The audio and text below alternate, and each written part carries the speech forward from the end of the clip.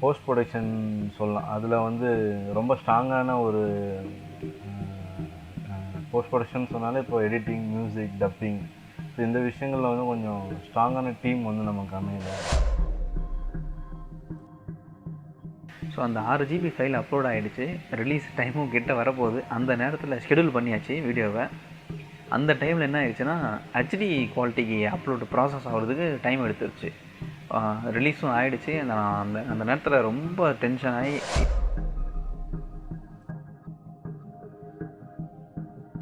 நேரடியாக போகிற வர இடங்களில் மட்டும் பார்க்குறப்ப கேள்வி கேட்குறப்ப மட்டும் கொஞ்சம் ப்ரெஷராக இருக்கும். அது கொஞ்சம் கஷ்டமாக தான் தோணும். இந்த வீடியோ கூட பார்த்துட்டு என்னடா டாக்குமெண்ட்ரி சீரியஸ் பண்ணுற அளவுக்கடா ஈகே வந்து ஒரு இது அப்படின்னு நினைக்கலாம். பட் உண்மையுமே என்னென்னா ஈகே வந்து அந்த யூடியூப்பில் இருக்க வியூஸ் வந்து நார்மலாக அமௌண்ட் கொடுத்து பெய்டு ப்ரமோஷன் பண்ணியோ அட்வர்டைஸ்மெண்ட்டில் தள்ளியோ வாங்கின வியூஸ் கிடையாது. அது எல்லாமே ரியல். நம்ம கண் எதிரில் இருக்கிற அந்த ஏரியா மக்கள், நான் இந்த ஏரியாவிலேருந்து ஆளுங்களை வந்து நடிக்க எடுத்தோன்னா பசங்களை, ஸோ அந்த ஏரியா மக்கள் தான் முழுமையாக வந்து பார்த்து இவ்வளோ தூரம் வந்து ரீச் பண்ணதுக்கு காரணம். டேரக்டர் சைடு தான் கொஞ்சம் வந்து பெரிய சப்போர்ட் வந்து என்ன ஆகிடுச்சுன்னா, ஒரு செட் ஆஃப் டீம் நம்ம ஈகே போஸ்ட் ப்ரொடக்ஷன் டீம் வந்து கொஞ்சம் அந்த இடத்துல பேக் அடித்தாங்க. அது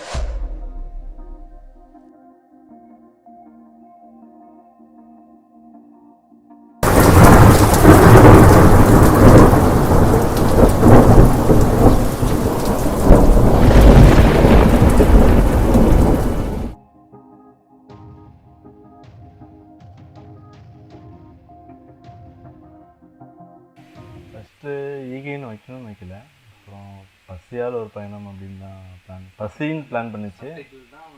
மெயின் டைட்டில் பசின்னு தான் இருந்தது, வெறும் பசியால் ஒரு பயணம். ஃபஸ்ட்டு பசியால் ஒரு பயணம் தான். அது பெருசாக இருக்குதுன்னு டீமை சொல்லிட்டு இருந்தாங்க. அப்போ பசின்னு வைக்கலான்னு பார்த்தா அதில் ஏகப்பட்ட படம் இருக்குது ஸ்டார்ட் பண்ணி.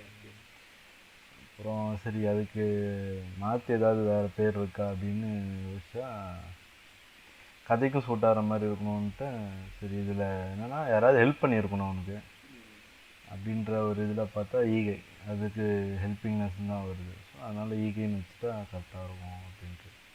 ஸோ நான் எப்படி ஈகைக்குள்ளே வரேன் அப்படின்னு பார்த்தீங்கன்னா, எனக்கும் ஈகை ஷூட்டிங் டைம் பீரியடுக்கும் ஆக்சுவலி நான் ரிலேட்டட் கிடையாது. கம்ப்ளீட்டாக நான் வந்து ஈகை வந்து நியூ ஃபைலை தான் நான் பார்க்குறேன். ஃபுல் படமாக வந்து பார்த்திங்கன்னா நான் பார்த்துட்டேன். அதுக்கு முன்னாடி இருந்த எடிட்டர் வந்து எடிட் பண்ண ஒரு வெர்ஷன் நான் பார்த்துட்டேன். டைரக்டருடைய கட்டை நான் அதை பார்த்துட்டேன். அந்த சமயத்தில் வந்து எனக்கு வந்து ஒரு ஒப்பீனியன் இருந்தது. ஆனால் அந்த நேரத்தில் அந்த ஒப்பீனியன் என்னால் சொல்ல முடியல. ஏன்னா நான் இப்போ எடிட்டிங் பண்ணுற ஒரு ஆளாக இல்லை, நான் ஒரு கேமராமேனாக தான் இருந்தேன். ஈகே ஏன்னா சின்ன பசங்க சரி பெருசாக எடுத்தோம். அதுக்கு முன்னாடி நம்ம அந்த நல்ல நண்பன் சொல்லிட்டு, ஆமாம் அது பெருசாக பெரிய பெரிய பசங்க. அப்புறம் சப்ஜெக்டாகவும் பெருசு, கதையும் பெருசு, ரொம்ப பெருசு. அது 1 ஹவர் ஸ்டோரி கிட்ட இருக்கும். அது அவ்வளோ பேரை மேனேஜ் பண்ண முடியாதுன்ட்டு தான் அப்புறம் அதை எடுத்து கொஞ்சம் ட்ராப் ஆகிட்டு உடனே அப்புறம் இன்னும் திரும்ப பெருசாக போவேன்னா சின்னதாக அப்புறம் நம்ம டக்குன்னு எடுத்து முடிச்சிடலாம். இன்னொன்று என்னென்னா நம்ம சொல் பேச்சை கேட்டு வர்றவங்க வேணும் முக்கியமாக. அப்படின்னா பெரிய ஆளுங்க வந்து டக்குன்னு நம்ப மாட்டாங்க. அதனால் சின்ன பசங்களை வச்சு பண்ணால் அவங்க சார் நம்ம சொல்கிற பேச்சை வந்து என்ன ஏதுன்னு கேட்காம ஃபாலோ பண்ணி பண்ணுவாங்க. அந்த ஒரு இதில் தான் வந்து பசங்களை வச்சு பண்ணலாம் அப்படின்னு அந்த ஒரு சப்ஜெக்டை சூஸ் பண்ணது. ஆமாம். ஸோ தினேஷ் கூட நான் வந்து ஆதிரியன் ப்ராஜெக்டில் சேர்ந்து ஒர்க் பண்ணும்போது, கேமராமேனாக ஒர்க் பண்ணும்போது, அது கூடவே நான் ஒரு அடிஷ்னல் ஸ்கில்லாக நமக்கு இருக்கட்டும்னு எடிட்டிங்கை கற்றுக்கிட்டு இருந்தேன் பீரியடு. பேசிக்ஸ் தெரியும் எனக்கு, பட் ஒரு ப்ரீமியர் ப்ரோ சாஃப்ட்வேர் மெயினாக அதுதான் இண்டஸ்ட்ரியில் இப்போ யூஸ் பண்ணக்கூடிய ஒரு சாஃப்ட்வேர். அந்த சாஃப்ட்வேர் என்னால் ஹேண்டில் பண்ண முடியாமல் இருந்தது. ஸோ அது நான் எப்படி ஹேண்டில் பண்ண போகிறேன் அப்படின்ற ஒரு டவுட்டில் இருக்கும்போது தான் ஆதிரனுடைய ஷூட் முடிஞ்சு போஸ்ட்டு ஸ்டார்ட் ஆகிறதுக்கு முன்னாடி அந்த சாஃப்ட்வேர் ஏற்றி நான் கொஞ்சம் ப்ராக்டிஸ் எடுத்துகிட்டு இருந்தேன். அப்புறம் ஈகை வந்து ஏன் எடுத்து பண்ணணும் அப்படின்னு எனக்கு தோணுச்சு அப்படின்னா, ஆதிரனுக்கு அடுத்து நாங்கள் அடுத்த ஸ்டோரி பிச் பண்ண ரெடியாக இருக்கோம். அந்த டைமில் வந்து பார்த்திங்கன்னா டைரக்டருடைய நம்ம ஃபஸ்ட்டு ஃபிலிம் வந்து ரிலீஸ் ஆகாமல் இருந்தது. ஒரு சின்ன ரொம்ப ரொம்ப பெரிய ப்ராப்ளம் இல்லை, ஒரு ஸ்மால் ட்ராபேக்காக இருந்த மாதிரி ஒரு ஃபீல். அதனால் நான் என்ன நினச்சேன்னா, நம்ம இதை எடுத்து விடுறது ரொம்ப நல்லா இருக்கும். இந்த டைமில் ஒரு ஃபிலிமோகிராஃபி ஆட் ஆன மாதிரியும் இருக்கும், ப்ளஸ்ஸு கரியர் பூஸ்ட் பண்ணும், நமக்கு அடுத்த ஃபிலிமும் நமக்கு கிடைக்கும் அப்படின்ற ஒரு விஷன் எனக்கு வந்து ரொம்ப கிளியராக தெரிஞ்சிருச்சு. அதை பற்றி நான் பெருசாக அந்த நேரத்துக்கு டிஸ்கஸ் பண்ணிக்கலாம்னு மனசில் எனக்கு கொஞ்ச நாள் ஓடிட்டே இருக்கும்பொழுது தான் ஏப்ரல் மிட் டைமில் இதை பற்றி நான் பேச ஆரம்பித்தேன். நம்ம வந்து ஈகை எடுத்து பண்ணலாமா அப்படின்னு டேரக்டரை பேசணுன்னே அவரும் ரொம்ப ரொம்ப சப்போர்ட்டிவான ஒரு கேரக்டரு. ஸோ பண்ணலாம், ஒன்றும் பிரச்சனை இல்லை அப்படின்னாரு. அப்புறம் டிலேக்கு இன்னொரு முக்கியமான காரணம் அப்படின்னு பார்த்தா நம்ம போஸ்ட் ப்ரொடக்ஷன் சொல்லலாம். அதில் வந்து ரொம்ப ஸ்ட்ராங்கான ஒரு போஸ்ட் ப்ரொடக்ஷன் சொன்னாலே இப்போ எடிட்டிங், மியூசிக், டப்பிங், ஸோ இந்த விஷயங்களில் வந்து கொஞ்சம் ஸ்ட்ராங்கான டீம் வந்து நமக்கு அமையலை. ஸோ அதில் சரி அது நல்லா பெட்டர்மெண்ட்டாக நல்லா ஸ்ட்ராங்காக அமைஞ்சதுக்கப்புறம் அது நல்லா ஒரு சூப்பராக ஒரு அவுட் எடுக்கலாம் அப்படின்றதுக்காக வெயிட் பண்ணிகிட்டே இருந்தது. அதுக்கான டைமும் வந்து இவ்வளோ இந்த 5 years எடுத்துது அப்படின்ட்டு நான் நினைக்கிறேன். சரி ஓகே, அதுக்கு இவ்வளோ நாள் ஓகே தான்.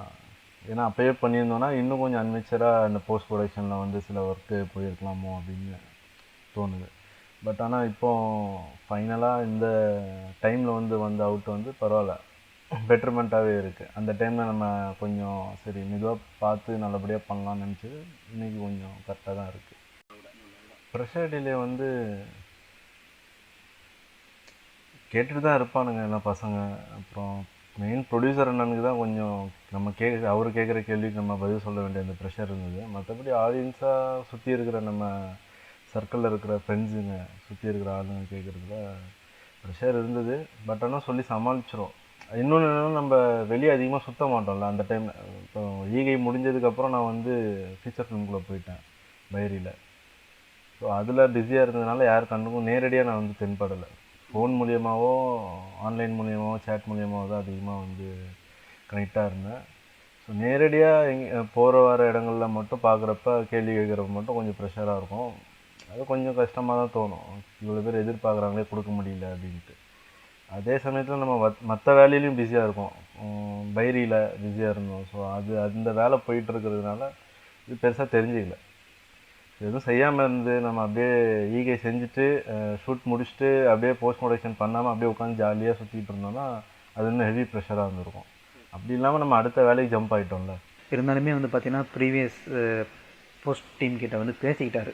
அவர் பேசிக்கிட்டு அவங்கெல்லாம் அவைலபிளாக இல்லைன்னு தெரிஞ்சதுக்கப்புறம் தான் நாங்கள் இதில் மூவ் ஆனோம். ஸோ மூவ் ஆனோடனே ஃபஸ்ட்டு இருக்க ஃபைலே ஒர்க் பண்ணலாமான்னு ஒரு பிளான் இருந்தது. பட் அது ஓப்பன் பண்ணி பார்க்கும்போது தான் தெரிஞ்சிச்சு அந்த ஃபைல் வந்து நம்மளால் கண்டினியூ பண்ண முடியாது. ஸோ கம்ப்ளீட்டாக ரீஸ்டார்ட் பண்ணுற மாதிரி ஒரு ஆப்ஷன் அதுதான் நம்ம பண்ணியாகணும், நம்மக்கிட்ட தான் ஒரு வழி இருக்குது, வேறு எதுவும் இல்லைன்னொன்னே டேரக்டர் கேட்டுட்டாரு முடியுமா பாசிபிளாக அப்படின்னோடனே நம்ம சொன்ன டேட்டில் விடலாம், அது அவ்வளோ பாசிபிலிட்டி இருக்குது, அந்தளவுக்கு என்னாலையும் முடியும் அப்படின்னு ஒரு கான்ஃபிடென்ட் கொடுத்தேன். ஸோ அந்த கான்ஃபிடென்ட் ரொம்ப நல்லா ஒர்க் அவுட் ஆகிடுச்சு. ஸோ சொன்ன டேட் May 20 வந்து ஃபிக்ஸ் பண்ணிட்டோம். அந்த 20 என்கிட்டையும் ஒரு சிலர் கேட்டாங்க, அந்த 20லே இருக்கே சில விஷயங்கள்லாம் அது என்னென்னு பார்த்தா, அந்த படத்தில் நம்ம ஈகை படத்தில் ஒரு 20 rupees நோட்டை வந்து இன்டெரக்டாக கொஞ்சம் மென்ஷன் பண்ணி கூட்டிகிட்டு போகலாம். ஸோ கிளைமேக்ஸ் ஷார்ட்டில் வந்து பார்த்திங்கன்னா அந்த நோட்டை தான் கசைக்கு போடுறாரு, ஒரு ஹைலைட்டான ஒரு ஏரியான்றதால அந்த 20 rupees நோட்டை கொண்டு போகணும், அந்த 20 நம்பரை ஃபிக்ஸ் பண்ணலாம் அப்படின்னு ஃபிக்ஸ் பண்ணது தான் அந்த May 20. ஆமாம், 2023 கணபதி அந்த ஃபெஸ்டிவல் டைமில் ரிலீஸ் பண்ணுறது பிளான் பண்ணியிருந்தது. அப்போது அந்த டைமில் என்னென்னா ப்ரொமோஷனில் கொஞ்சம் பெருசாக நம்ம யோசிச்சுட்டே இருந்ததுனால அப்புறம் அதுக்குள்ளே டைம் போட்டதுனால வந்து இந்த ரிலீஸுக்கான அந்த எக்ஸாக்ட் டைம் வந்து நம்ம ஃபிக்ஸ் பண்ண முடியாமல் அதிலே சுற்றிக்கிட்டு இருந்தோம். அது ஒன்று. ப்ளஸ் இன்னொன்று என்னென்னா எல்லார் பக்கமும் டைம் பிஸியாக இருந்தது. ப்ரொடியூசர் அண்ணனும் வந்து பிஸியாக இருந்தார். அப்புறம் நம்மளும் வந்து ஆதிரன் போயிட்டு இருந்தது. ஆதிரன் அது கொஞ்ச நாளைக்கு அந்த ஷூட் வந்து இந்த ரெயினோ ஏதோ ஒன்று இருந்ததுனால சரி நிறுத்தி வச்சுட்டு இருந்தோம். அப்புறம் அதுலேயும் ப்ரெஷர் வந்ததுனால ரொம்ப நாள் நிப்பாட்டி வைக்க முடியாது, இருக்கிற ஷூட் எடுப்போன்ட்டு அதில் நம்ம ஃபோக்கஸ் பண்ண ஆரம்பித்தோம். இப்போ ஏன் ரிலீஸ் ஆச்சு அப்படின்றது பார்த்தா, இப்போ ரொம்ப ஆனால் சொல்லப்போனால் மக்கள் ரொம்ப கேள்வி கேட்க ஆரம்பிச்சிட்டாங்க. ரொம்ப லாங் இயராக நம்ம ட்ராவல் பண்ணிக்கிட்டே இருக்கோம் சினிமாக்குள்ளே. ஸோ என்ன பண்ணிகிட்ருக்கீங்கன்ற கேள்வி சுற்றி இப்போ நம்ம நேரடியாகவும் எல்லோரும் முன்னாடியும் தெரிய ஆரம்பிச்சிட்டோம்ல. ஏன்னா இப்போ ஷூட் வந்து ஆதிரன் மும்பையில் தான் நம்ம பண்ணுறோம். அப்படி இருக்கப்போ இந்த ஆதிரன்லேயும் வந்து அதே ஈகை மாதிரியான தெரிஞ்ச ஆட்கள் அப்புறம் தெரிஞ்ச நபர்கள் இவங்க எல்லாமே வச்சு தான் நம்ம ஷூட் பண்ணுறோம். மெயின் ஸ்ட்ரீம் ஆர்டிஸ்ட் யாருமே கிடையாது, எல்லாருமே வந்து பார்த்தா இன்ட்ரோ ஆகுறாங்க இதில் தான். ஸோ அப்படி இருக்கும்போது இவங்களும் கேட்குறாங்க, அப்புறம் சுற்றி நம்ம ஷூட் பண்ணுற லொக்கேஷனில் அவங்கவுங்க போகிற இடங்களும் தெரிஞ்சவங்க கேட்பாங்க. ஸோ அதில் இன்னும் கொஞ்சம் ப்ரெஷர் அதிகமாகிட்டு ஸோ ஏதாவது ஒன்று விட்டாகணுமே அப்படின்ற ஒரு இது. ஸோ அதில் வந்து இப்போ நம்ம ஆதிரன் உடனே விட முடியாத ஒரு சூழல். நான் ஆதிரன் தான் கேட்டுட்ருக்காங்க அப்படின்ற ஒரு இது. ஸோ ஆதிரன் இப்போ விட முடியாது அப்படின்னா ஈகே ஆல்ரெடி பண்ணது இருக்குது. ஸோ அதை கொஞ்சம் கண்டினியூ பண்ணி எப்படியாவது போஸ்ட் ப்ரொடக்ஷனை முடிச்சு ரிலீஸ் பண்ணிடலாம் அப்படின்னு பிளான் பண்ணி தான் அப்புறம் மேல கை வச்சு தென் ஏப்ரல் மிட்டில் ஸ்டார்ட் பண்ணி போஸ்ட் ப்ரொடக்ஷன் வந்து அப்புறம் தென் மே 20 வந்து ரிலீஸ் பண்ண பிளான் பண்ணியாச்சு. அதுமாரி சக்ஸஸும் பண்ணியாச்சு ரிலீஸ் பண்ணி. ஸோ அந்த டேட் வந்து மே 20 வந்து நம்ம ஃபிக்ஸ் பண்ணது அப்படி தான். அந்த நோட்டு ரீசனாக வச்சு தான் ஃபிக்ஸ் பண்ணது. ஃபிக்ஸ் பண்ணிவிட்டு எடிட்டிங் நல்லா போயிட்டே இருந்தது. கட்டிங் பண்ண ஆரம்பிச்சிட்டோம், ரா ஃபுட்டேஜஸ் போட ஆரம்பித்தோம்.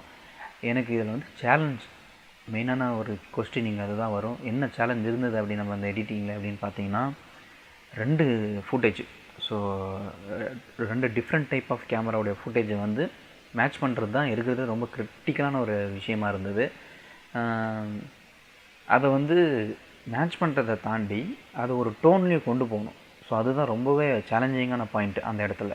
ஈகேவுடைய அந்த ஃபீலையும் மிஸ் பண்ணிடாமல் ரொம்ப க்ரியேட்டிவான ஒரு ஃபீல் கொடுக்காம, ஏன் அப்படின்னா ஈகே வந்து ஒரு sad and suffering story. So அதில் போய் நம்ம வந்து ரொம்ப வந்து பிரைட்னஸ் பண்ணிட முடியாது, கலர்ஃபுல் பண்ணிட முடியாது. ஓரளவுக்கு கலர் இருக்கலாம், பட் ரொம்பவும் இல்லாமல் பார்த்துக்கணும். இந்த ஒரு விஷயத்தில் ரொம்ப கவனமாக இருந்ததால் அந்த 2 ஃபுட்டேஜும் ஹேண்டில் பண்ணுறது தான் ரொம்ப சிக்கலான ஒரு விஷயமா இருந்தது. ஈஸியாக வந்து நம்ம பார்த்திங்கன்னா ப்ரீவியஸ் பண்ண ஃபுட்டேஜோட கலரை தூக்கி இப்படி இங்கே போட முடியாது. இந்த மாதிரி செனரியாவில் 2 வீடியோ இருக்குது, 2 டிஃப்ரெண்ட் கேமரா இருக்குது அப்படின்னா 2 டிஃப்ரெண்ட் கேமராலையுமே ஈவன் செட்டிங்ஸை வச்சு ட்ரை பண்ணியிருந்தாலுமே ரொம்ப டிஃப்ரென்ஸ் வந்து பார்த்திங்கன்னா அதோடைய பிட் ரேட்லேயும் அதுக்கப்புறம் அதோடைய கலர் சென்ஸ்லேயுமே வந்து மாறுபடும். ஏன்னா ஒரு பிராண்டு ஒரு மாதிரியான கலர் சென்ஸை கொடுப்பாங்க கேமராவில். ஸோ ஒரு ஃபுட்டேஜ் வந்து கம்ப்ளீட்டாக சோனி கேமரா, இன்னொரு ஃபுட்டேஜ் கம்ப்ளீட்டாக கேனான். ஸோ கேனான் சோனின்னு கம்பேர் பண்ணும்போது சோனியோடைய ஃபுட்டேஜ் ரொம்ப பெட்டராக தெரியுது. கேனான் வந்து பார்த்திங்கன்னா ரொம்ப டல்லாக இருக்குது சோனி ஃபுட்டேஜ் முன்னாடி. ரெஸ்பான்ஸ் பார்த்தா எதிர்பார்த்ததை விட அதிகமாகவே பாசிட்டிவ் ரெஸ்பான்ஸ் தான். எங்கேயோ ஏதாவது கேள்வி கேட்டுருவாங்க பயம் இருந்தது, ஆனால் அப்படி எதுவும் வரல. ரொம்ப டெக்னிக்கலாக பார்க்குற ஆளுங்க மட்டும் நிறைய கேள்வி கேட்குறாங்க. அது எல்லாருமே எல்லா இந்த படத்துக்குள்ளேன்னு பார்த்தா பெரிய படங்களுக்குள்ளேயுமே அது ஆகும் தான். ஸோ அந்த மாதிரி ஆளுங்க மட்டும்தான் அதிகமாக கேள்வி இருந்தது, நெகட்டிவாக சில விஷயங்கள் இருந்தது. மற்றபடி ஜென்ரல் ஆடியன்ஸாக வந்து பெருசாக எந்த ஒரு இதுவும் இல்லை, நெகட்டிவ் பாயிண்ட் எதுவும் கிடையாது. அவங்களுக்கு சாட்டிஸ்ஃபைட் ஆகிடுச்சு. ஸோ அது வரைக்கும் பாசிட்டிவ் தான் ரெஸ்பான்ஸ். ஸோ மொத்த படத்தையும் டல் பண்ண முடியாது. ஸோ அந்த கேனான் ஃபுட்டேஜை என்ஹான்ஸ் பண்ணுறது தான் ரொம்ப பெரிய வேலையாக இருந்தது எனக்கு. அதை தாண்டி இந்த கலரில் வந்து ஒரு மோஸ்ட்லி அந்த கலரை வந்து மேட்ச் பண்ணுறதில் அச்சீவ் பண்ணிட்டாலுமே ஈகே வந்து ஃபஸ்ட்டு வந்து பார்த்திங்கன்னா ஒரு எல்லோ ஷேடு வந்து பிளான் பண்ணியிருந்தது. அது எதுக்குன்னா அந்த டல்னஸும் சேடையும் புரிய வைக்கிறதுக்காக. அதில் எனக்கு ஒரு சின்ன முரண்பாடு இருந்தது. அது மட்டும் கொஞ்சம் ரொம்ப பேசி கன்வின்ஸ் பண்ண வேண்டியதாக இருந்தது டேரக்டர் கூட. என்ன அப்படின்னா, இப்போ இருக்க பசங்க அந்த டல்னஸை பார்க்க மாட்டாங்க, நம்ம கொஞ்சம் கலர் என்ஹான்ஸ் பண்ணி ஆகணும் அப்படின்றது. சொல்லப்போனால் இதில் எனக்கு தான் வேலை அதிகம். அதில் வந்து பார்த்திங்கன்னா என்ஹான்ஸ் பண்ணோன்னா ஈச் அண்ட் எவ்ரி ஃபுட்டேஜ்லேயும் நான் பண்ணணும். கட்டு வந்து பார்த்திங்கன்னா கவுண்ட்லெஸ் தான். ஈகே வந்து 26 நிமிஷத்தில் வந்து கட்டு ஒரு 500 கட்டுக்கு மேலே இருக்கும். ஏன்னா ரொம்ப ஃபாஸ்ட்டாகவும் கொஞ்சம் கொண்டு போயிருப்போம் ஸ்க்ரீனை. ஏன்னா அதுக்கு முன்னாடி இருந்தது ரொம்ப ஸ்லோ அண்டு லாங் வெர்ஷனு. அதை ஸ்பீட் பண்ணதால் நிறைய கட்டு வந்ததால் அந்த ஒரு ஃபுட்டேஜ்லையும் கலர் பண்ணணும். அந்த ரிஸ்க்கை நான் தெரிஞ்சு தான் எடுக்கிறேன். ஏன்னா விஷுவலாக வந்து நமக்கு வந்து கொஞ்சம் கூட இம்பேக்ட் குறைஞ்சிருச்சு அப்படின்னா ஆல்ரெடி டியூரேஷன் ரொம்ப அதிகம். எல்லாம் இப்போ வந்து ஷார்ட்ஸ் பார்த்துட்ருக்காங்க. இந்தமாரி டைமில் இவ்வளோ பெரிய லாங் வீடியோ கொடுக்க போகிறோம், அதுவும் ஓடணும், ப்ளஸ்ஸு ஒரு பாசிட்டிவான இம்பேக்டை க்ரியேட் பண்ணணுன்னா நம்ம இதில் கலரில் கொஞ்சம் விளையாடி தான் ஆகணும் அப்படின்றத உணர்ந்து அதை புரிய வச்சதுக்கப்புறம் அதுவும் ஓகே ஆனார். இப்போ ஃபஸ்ட்டு ஒரு சாம்பிள் செஞ்சு காமிச்சிட்டா இது பெட்டராக இருக்குது அப்படின்னு சொன்ன உடனே அந்த ஒரு கலர் மோடை பிடிச்சிட்டு போயிட்டோம். ஸோ அந்த ஒரு சேலஞ்சு ரொம்ப கஷ்டமாக இருந்தது. நெக்ஸ்ட்டு வந்து பார்த்திங்கன்னா சவுண்டு. ஆமாம், இப்போ நீங்கள் யூடியூப்பில் பார்த்தீங்கன்னா வியூஸ் கம்மியாக தான் இருக்கும். நம்ம இந்த படங்களில் வந்து நேரடியாக தொடர்புடையவங்களும் அப்புறம் பார்த்தா நம்ம கண் எதிரில் இருக்கிற அந்த ஏரியா மக்கள், நான் இந்த ஏரியாவிலேருந்து ஆளுங்களை வந்து நடிக்க எடுத்தோன்னா பசங்களை, ஸோ அந்த ஏரியா மக்கள் தான் முழுமையாக வந்து பார்த்து இவ்வளோ தூரம் வந்து ரீச் பண்ணதுக்கு காரணம். இன்னொன்று பார்த்தா நேரடியாகவும் அதில் பார்த்து கமெண்ட்டில் சொல்ல முடியாத ஆளுங்க நிறைய பேர் நேரடியாக நமக்கு வந்து பார்த்து கமெண்ட் சொல்லி பாசிட்டிவாக பூஸ்ட் பண்ணாங்க. பட் இன்னமும் இதை வந்து ரீச் பண்ண ட்ரை பண்ணோம், அது முடியலை. என்னென்னா ஒரு ஸ்ட்ரீமிங் மாதிரி பண்ணி, லைவ் ஸ்ட்ரீமிங் மாதிரி பண்ணி ப்ரொஜெக்ஷன் வச்சு பப்ளிக் நேரடியாக வந்து வியூ பண்ணலான்னு ட்ரை பண்ணோம், அது முடியல. பட் ஓகே, இந்த டைம் யூடியூப் எல்லாத்தையுமே வந்து ஈஸியாக ரீச் ஆகிடும், ஸோ எல்லாத்தையும் கனெக்டாக இருக்குன்றதுனால யூடியூப்பில் விடலாம் அப்படின்றதுக்காக யூடியூப்பில் விட்டோம். இந்த ஆடியோ வந்து மிக்சிங் எனக்கு சரியாக பண்ண தெரியாததால், என்ன டிவைஸ் வச்சு பண்ண தெரியாததால் அது ஒரு சின்ன ஃப்ளாவ் ஆகிடுச்சு. இருந்தாலும் நான் மேனேஜ் பண்ணிட்டேன் முடிஞ்ச அளவுக்கு. கிளிப்ஸ்லாம் ப்ராப்பராக ப்ளேஸ்மெண்ட் பண்ணி அந்த மேனேஜ் பண்ணிட்டேன். அடுத்து டப்பிங் வந்து ரொம்ப பெரிய ஹெல்ப் வந்து டைரக்டர் பண்ணார்.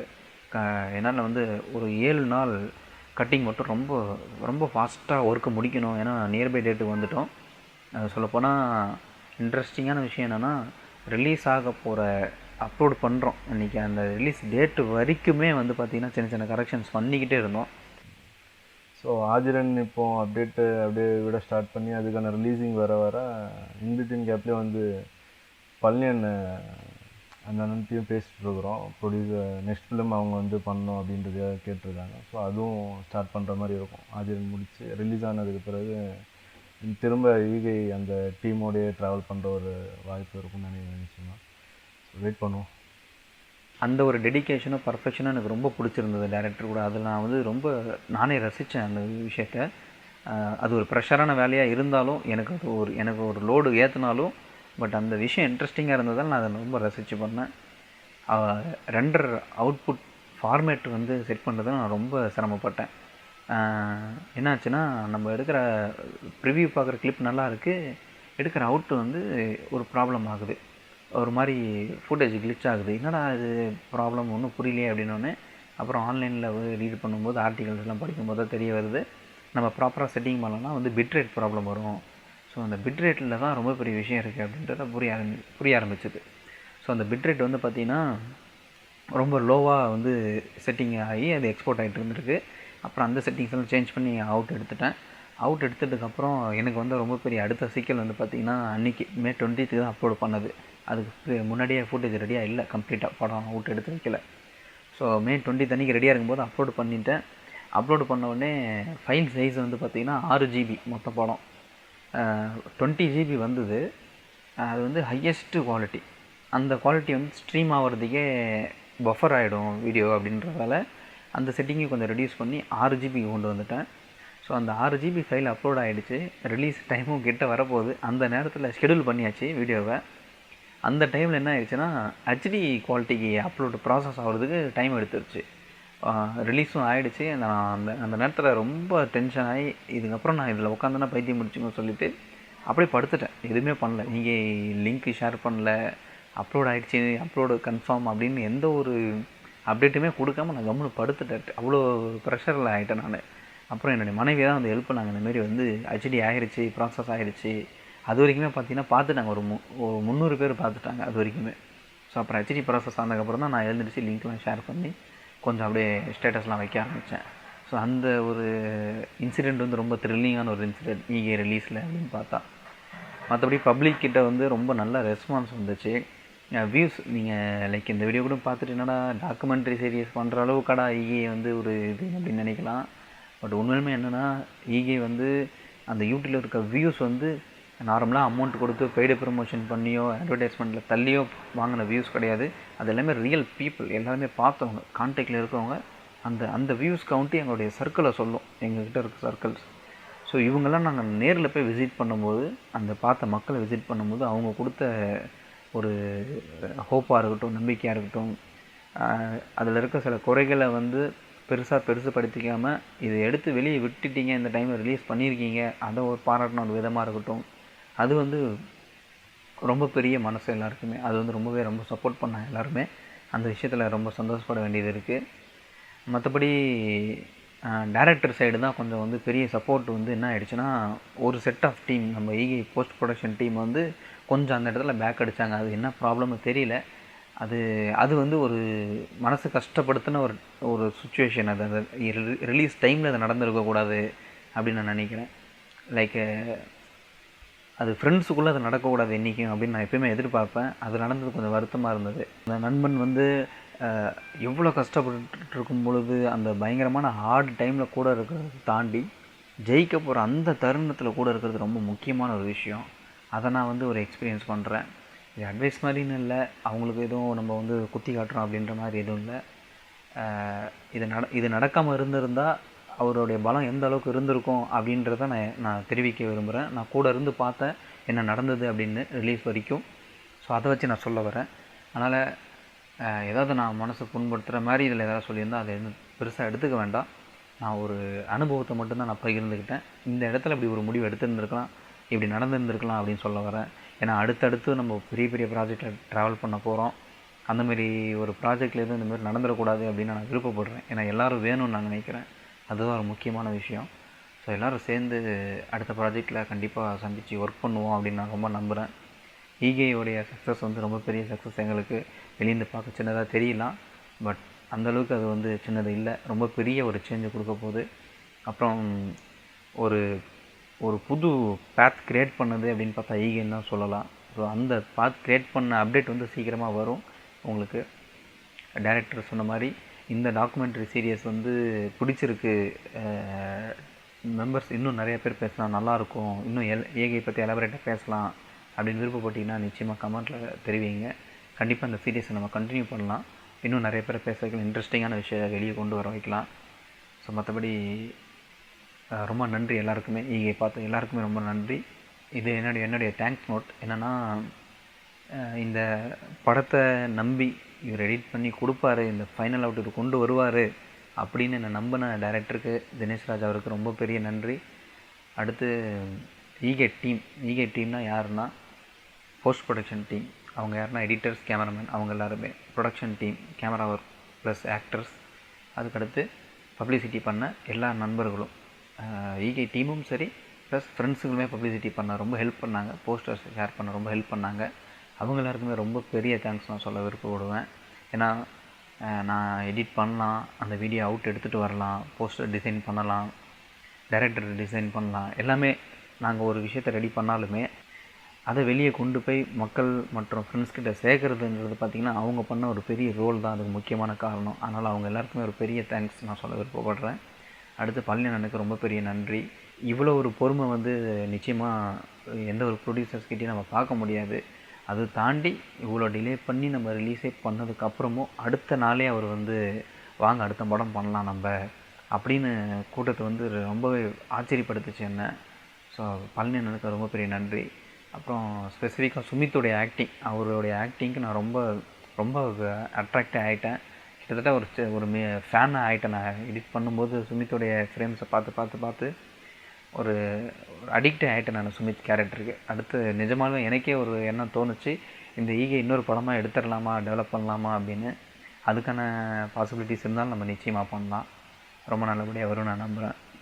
ஃபைனலாக ஈகைக்கு ஸ்டார்டிங்லேருந்து எண்டு வரைக்கும் சப்போர்ட் பண்ண வியூவர்ஸ் அண்டு படத்தில் ஒர்க் பண்ண டெக்னீஷியன்ஸ் அண்டு காஸ்டிங் பசங்க, அப்புறம் ஜென்ரலாக எல்லாம் ஏரியா மக்கள், நேர்நகர் மக்கள், அப்புறம் ஆரே காலனி, ஸ்பெஷலாக சொல்லணும்னா ஆரே காலனி பாய்ஸ் எல்லாருமே. அப்புறம் எல்லாருக்குமே வந்து தேங்க்ஸ் சொல்லணும் கண்டிப்பாக. ஏன்னா இவங்கெல்லாம் ஸ்டார்ட் டு எண்டு வரைக்கும் இல்லைன்னா இது இந்தளவுக்கு ஒரு பாசிட்டிவ் ஒரு எண்டாக இருந்திருக்குமா அப்படின்றது ஒரு டவுட்டு தான். ஸோ அதனால் எல்லாருக்குமே ஈகே டீம் சார்பாக என்னுடைய சார்பாகவும் நன்றி தெரிவிக்கிறேன். இந்த டாக்குமெண்ட்ரி சீரீஸில் பார்த்திங்கன்னா எல்லாருமே வச்சு எடுக்க வேண்டியதாக இருந்தது. பட் யாருமே அவைலபிளாக இல்லாததுனால இனிஷியலாக நானே ஸ்டார்ட் பண்ணிட்டேன். அப்படி உங்களுக்கு வந்து டீமில் ஈகே டீமில் மற்ற எல்லாரோடைய ஒப்பீனியன்ஸ் தேவைப்படுது, பார்க்கணுன்னு விரும்புனீங்கன்னா கண்டிப்பாக கமெண்ட்ஸில் மென்ஷன் பண்ணுங்கள். நம்ம அதையும் அடுத்தடுத்து அப்டேட் பண்ணுவோம். தேங்க்யூ. நன்றி, வணக்கம், தேங்க்யூ.